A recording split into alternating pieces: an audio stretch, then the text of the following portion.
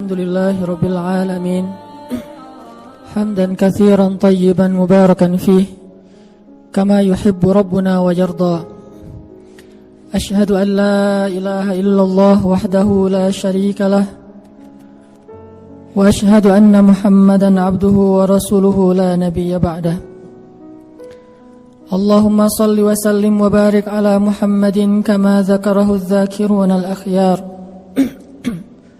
وصل وسلم وبارك على سيدنا محمد ما اختلف الليل والنهار وصل وسلم وبارك على سيدنا وحبيبنا ومولانا محمد وعلى المهاجرين والأنصار.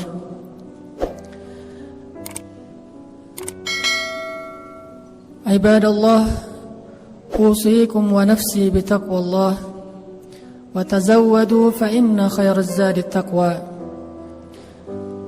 اتقوا الله حق تقاته ولا تموتن إلا وأنتم مسلمون واعلموا أن أكرمكم عند الله أتقاكم فاتقوا الله ما استطعتم. قال الله تعالى في القرآن الكريم: أعوذ بالله من الشيطان الرجيم. بسم الله الرحمن الرحيم. يا أيها الذين آمنوا لا يحل لكم أن ترثوا النساء كرها ولا تعضلوهن لتذهبوا ببعض ما آتيتموهن إلا أن يأتين بفاحشة مبينة وعاشروهن بالمعروف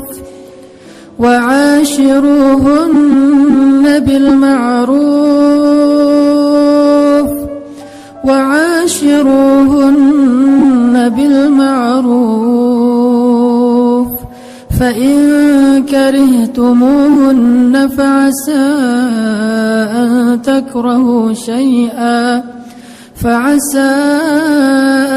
تكرهوا شيئا ويجعل الله فيه خيرا كثيرا. Sadaqallahul azim.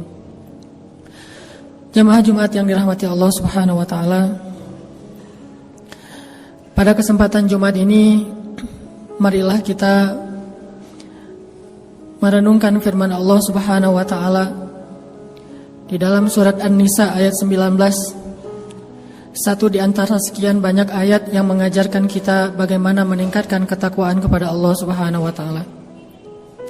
Pada kesempatan ini kita akan mengangkat sebuah tema yang penting sekali bagi kita semuanya. Terutama tema ini sangat tepat dibawakan dalam majelis sholat Jumat karena hampir seluruh yang hadir adalah laki-laki. Maka marilah kita renungkan bagaimana perintah Allah Subhanahu wa taala kepada laki-laki, kepada para suami agar mereka memuliakan istri-istri mereka.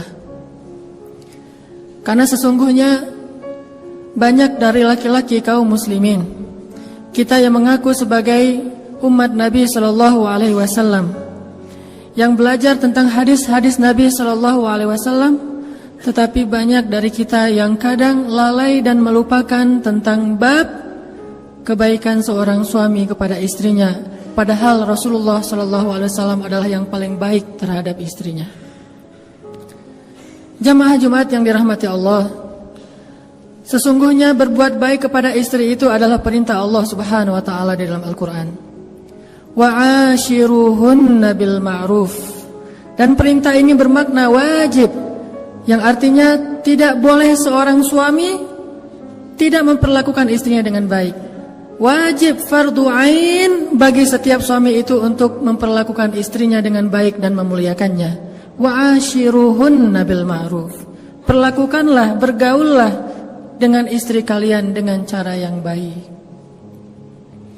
Ditambah lagi bahwa berbuat baik kepada istri itu juga termasuk di antara perintah dan anjuran dari Rasulullah sallallahu alaihi wasallam. Khairukum khairukum li ahlikum wa ana khairukum li ahli. Dalam riwayat yang lain, khiyarukum khiyarukum li ahlikum wa ana khiyarukum li ahli. Sebaik-baik kalian wahai laki-laki adalah yang paling baik terhadap istrinya, dan saya adalah yang paling baik terhadap istri saya di antara kalian. Artinya, kebaikan seorang laki-laki itu tidak dilihat hanya di luar rumah. Bahkan kadang kebaikannya di luar rumah kepada tetangganya, kepada temannya, kepada sahabatnya, kepada partner bisnisnya, itu hanyalah kebaikan yang sifatnya basa-basi dan ria'an nas. Sedangkan kebaikan sejati itu terlihat di dalam rumahnya. Bagaimana dia memperlakukan orang yang berada di dalam atap rumahnya, istrinya, anaknya, pembantunya, dan orang-orang yang menjadi tanggung jawabnya.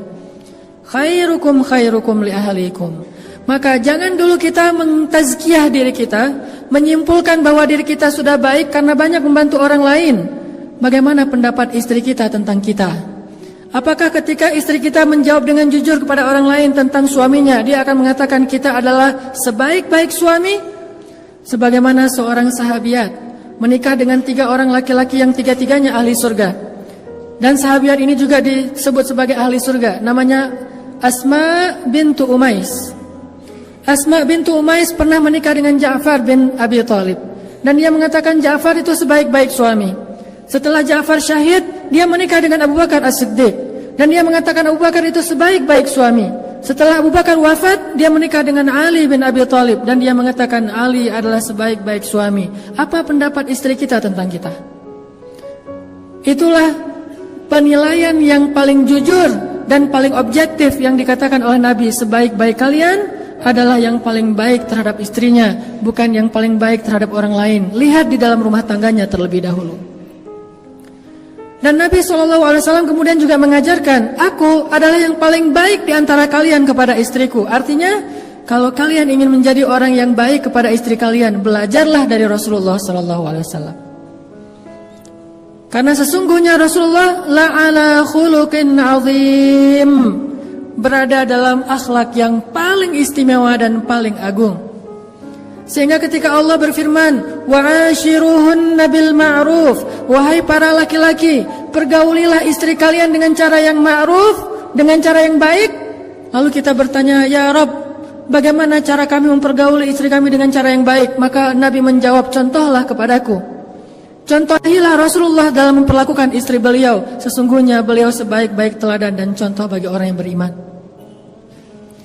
Ada beberapa kisah tentang bagaimana sabarnya Rasulullah terhadap istrinya. Karena dari semua kebaikan suami kepada istri, ada satu kata kunci yang mencakup semua kebaikan suami kepada istri adalah sabar. Menjadi suami yang dermawan butuh kesabaran. Menjadi suami yang penyayang butuh kesabaran. Menjadi suami yang mampu bersabar dalam mendidik atau baik dalam mendidik juga butuh kesabaran. Mungkin salah satu kata kunci untuk menjadi baik kepada istri itu adalah memiliki sifat sabar di atas rata-rata. Ada seorang sahabat bertanya kepada Rasulullah SAW, ya Rasulullah, berapa kali harusnya seorang suami bersabar terhadap gangguan istrinya dalam satu hari? Berapa kali idealnya seorang suami bersabar terhadap istrinya dalam satu hari? Mungkin kata-kata istrinya, mungkin sikap istrinya, mungkin raut wajah istrinya, mungkin ketidaktaatan istrinya, mungkin bantahan istrinya, mungkin. Berapa kali idealnya seorang suami yang saleh, suami yang beriman, bersabar terhadap kekurangan istrinya dalam satu hari?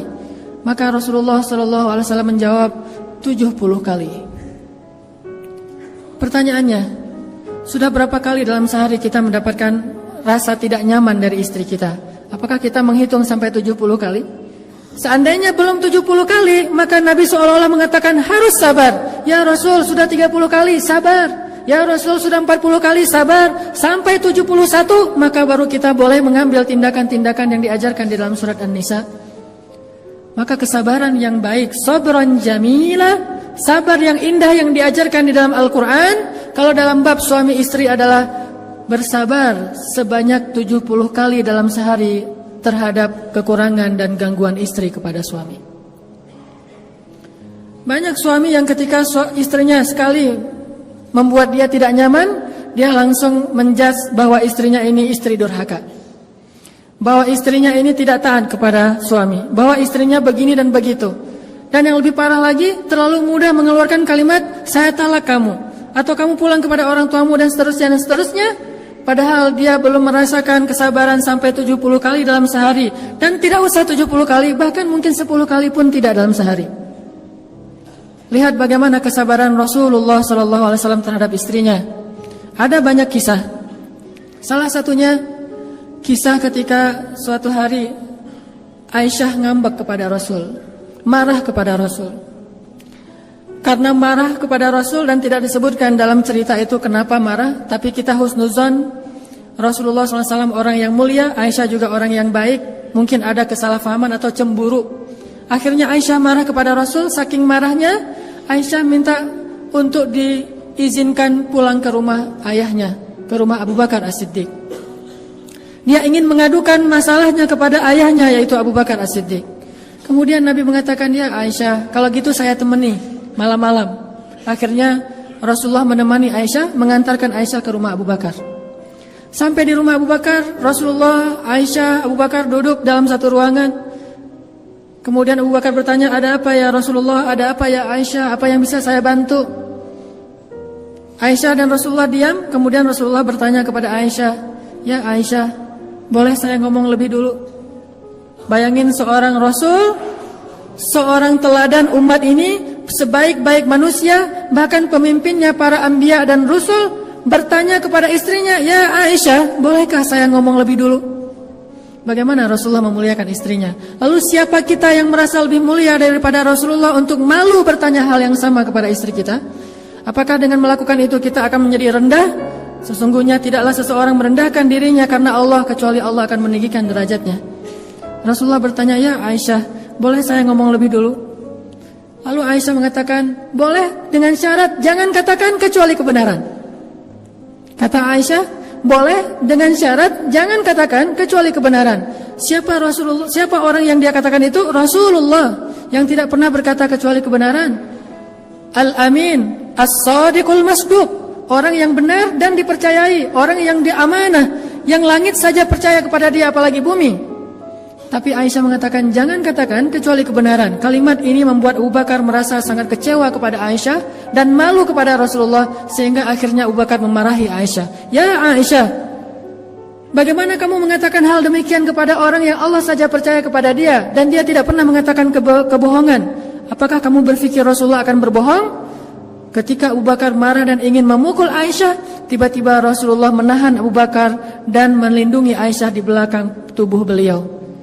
Ketika Rasulullah menahan Abu Bakar dan melindungi Aisyah di belakang tubuh beliau, Rasulullah kemudian menegur Abu Bakar dengan mengatakan, ya Abu Bakar, bukan untuk ini kami datang ke sini, agar engkau menyakiti istri saya, tetapi kami datang ke sini untuk mendapatkan nasihat darimu.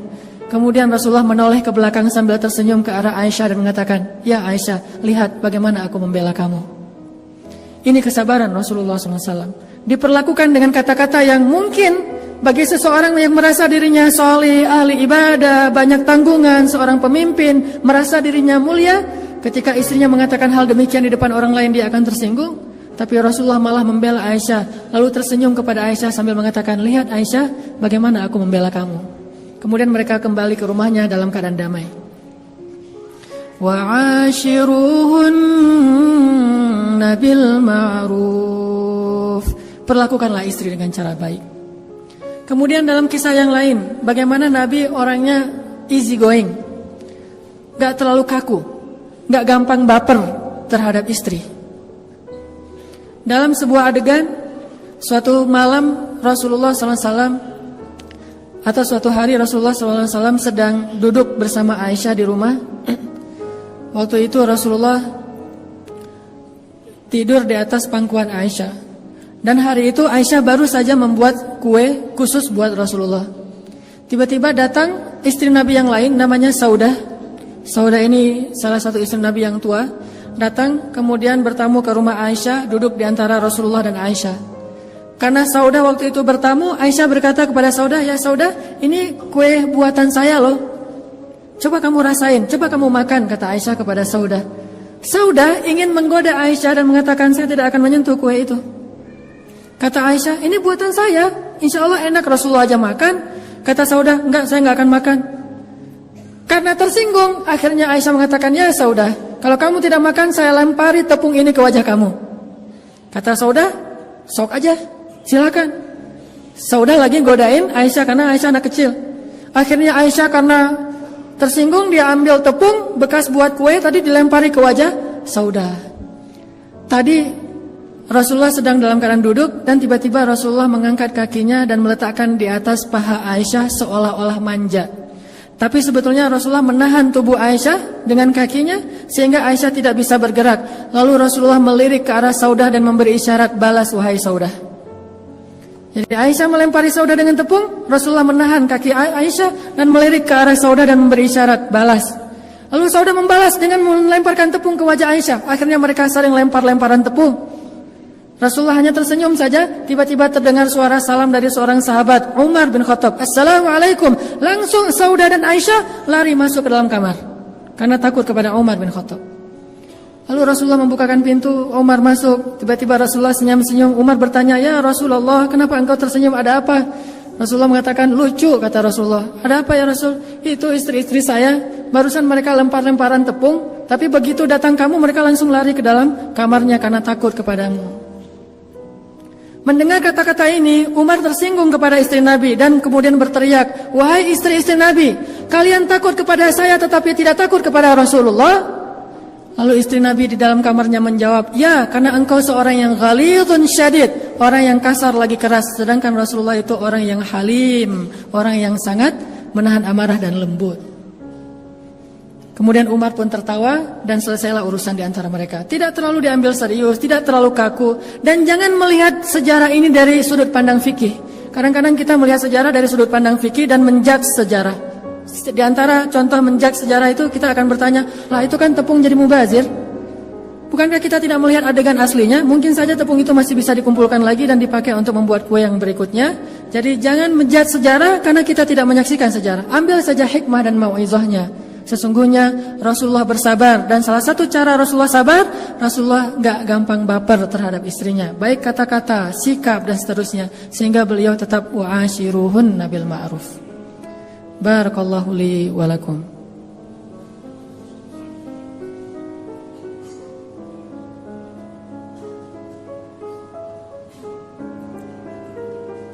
Alhamdulillahi rabbil alamin. Asyhadu an la ilaha illallah wahdahu la syarika lah wa asyhadu anna Muhammadan abduhu wa rasuluh la nabiyya ba'da. Allahumma shalli wa sallim wa barik ala sayyidina Muhammadin wa ala alihi wa sahbihi ajma'in. Qala Allah Ta'ala fil Qur'anil Karim, wa la tansawul fadla bainakum. Allah Subhanahu wa taala berfirman di dalam surat Al-Baqarah ayat 237 tentang bab suami istri. Salah satu nasihat Allah kepada kita adalah wala tansawul fadla bainakum. Kalau kita ingin menjadi orang yang sabar dan baik kepada pasangan kita, tipsnya adalah wala tansawul fadla bainakum. Janganlah kalian melupakan kebaikan di antara kalian. Artinya, ketika kita dalam keadaan tidak nyaman, ketika kita agak merasa kecewa kepada pasangan kita, maka janganlah terlalu fokus kepada kesalahan itu. Berusahalah melihat kebaikan-kebaikannya yang jauh lebih banyak selama ini. Kalaupun kita tidak suka terhadap satu hal pada diri pasangan kita, kata Allah, fa in karihtumuhunna fa'asa an takrahu syai'an fa'asa an takrahu syai'an wa yaj'alallahu fihi khairan katsira. Kalau kalian tidak suka terhadap istri kalian dalam satu hal, bisa jadi yang tidak kalian sukai itu Allah jadikan padanya kebaikan yang sangat banyak. Ini Allah yang mengatakan demikian. Mungkin kita tidak suka dalam satu hal dari istri kita karena tidak ada manusia yang sempurna. Fala tuzakku anfusakum. Jangan pernah menganggap ada manusia sempurna.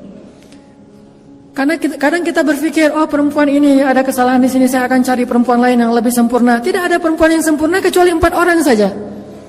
Asia istri Fir'aun, Maryam anaknya Imran, Khadijah istri Rasulullah, dan Fatimah anaknya Rasulullah SAW. Selain 4 orang ini tidak ada yang sempurna, termasuk Aisyah. Walaupun Aisyah keistimewaannya adalah seperti garam dalam makanan, seperti bumbu dalam masakan, tetapi bukan perempuan sempurna. Begitu juga dengan pasangan kita, dia bukan perempuan sempurna. Karena kalau kita hanya melihat ketidaksempurnaannya, maka kita akan larut dalam kekecewaan dan akhirnya kita akan berputus asa dalam rumah tangga. Sehingga Allah mengatakan wala tansaul fadla bainakum. Ingat kebaikannya. Ingat hal-hal yang menyenangkan dari dia. Ingat hal-hal yang luar biasa pada dirinya, yang mungkin kamu tidak akan mendapatkan itu dari orang lain. Dengan demikian, insya Allah kita akan menjadi orang yang sabar. Dan terakhir, satu lagi tips. Kalau kita punya masalah dengan pasangan kita, nasihati diri kita, jangan mencari nasihat untuk dia. Yang paling sering adalah kalau kita punya masalah dengan pasangan kita akan googling, kita akan browsing, kita akan tanya kepada seorang ustadz nasihat untuk kita sampaikan kepada pasangan kita. Ini nggak fair. Harusnya kita googling nasihat untuk diri kita sendiri. Kita browsing nasihat untuk diri kita sendiri. Kita datang kepada seorang ustadz, ya ustadz, nasihati saya untuk menjadi suami yang baik, suami yang sabar. Bukan ya ustadz, tolong beri saya hadis-hadis tentang istri yang solehah. Kita cari nasihat buat diri kita sendiri, bukan mencari nasihat untuk kita share, kita forward, kita broadcast kepada pasangan kita. Itu tidak akan menyelesaikan masalah. Makanya begitu ada masalah di antara kita dengan pasangan, langsung browsing hadis-hadis suami yang penyabar. Langsung konsultasi dengan ustadz. Ustadz, ajarkan saya menjadi seorang suami yang penyabar, menahan amarah. Dengan demikian Allah akan melapangkan dada kita. Jadi minta nasihat untuk diri, bukan minta nasihat untuk orang lain. Mudah-mudahan ini akan memperbaiki hubungan kita dengan pasangan kita, karena itu salah satu di antara cikal bakal peradaban. Dengan mulai mengislah diri kita, kemudian mentakwin, membentuk usrah atau keluarga kita, maka insya Allah dari situ kita akan bisa membimbing masyarakat kita. Allahumma ighfir lana walil muslimin, Allahumma ighfir lana wali walidayna warhamhuma kama rabbayana shighara. Allahumma ansuril islam wal muslimin, Allahumma ansuril Islam wal muslimin, Allahumma ansuril mujahidin, Allahumma ansuril muslimina fi Palestin, Allahumma ansuril muslimina fi Suriah, Allahumma ansuril muslimina fil Iraq, Allahumma ansuril muslimina fi Myanmar, Allahumma ansuril muslimina fi Turkiya, Allahumma ansuril muslimina fi Misr. Allahumma inna nas'aluka an tuharriral masjidal aqsal mubarak min aidil yahud, أن تحرر المسجد الأقصى المبارك من أيدي الغاصبين. اللهم انصر المجاهدين ووحد صفوفهم وسدد رميهم واشفي جرحاهم وارحم أمواتهم وشهداءهم. اللهم اشفي صدور المسلمين. ربنا آتنا من لدنك رحمة وهيئ لنا من أمرنا رشدا واجعل لنا من كل ضيق مخرجا ومن كل هم فرجا ومن كل عسر يسرا. ربنا هب لنا من الصالحين، ربنا هب لنا من أزواجنا وذرياتنا قرة أعين واجعلنا للمتقين إماما. ربنا آتنا في الدنيا حسنة وفي الآخرة حسنة وقنا عذاب النار.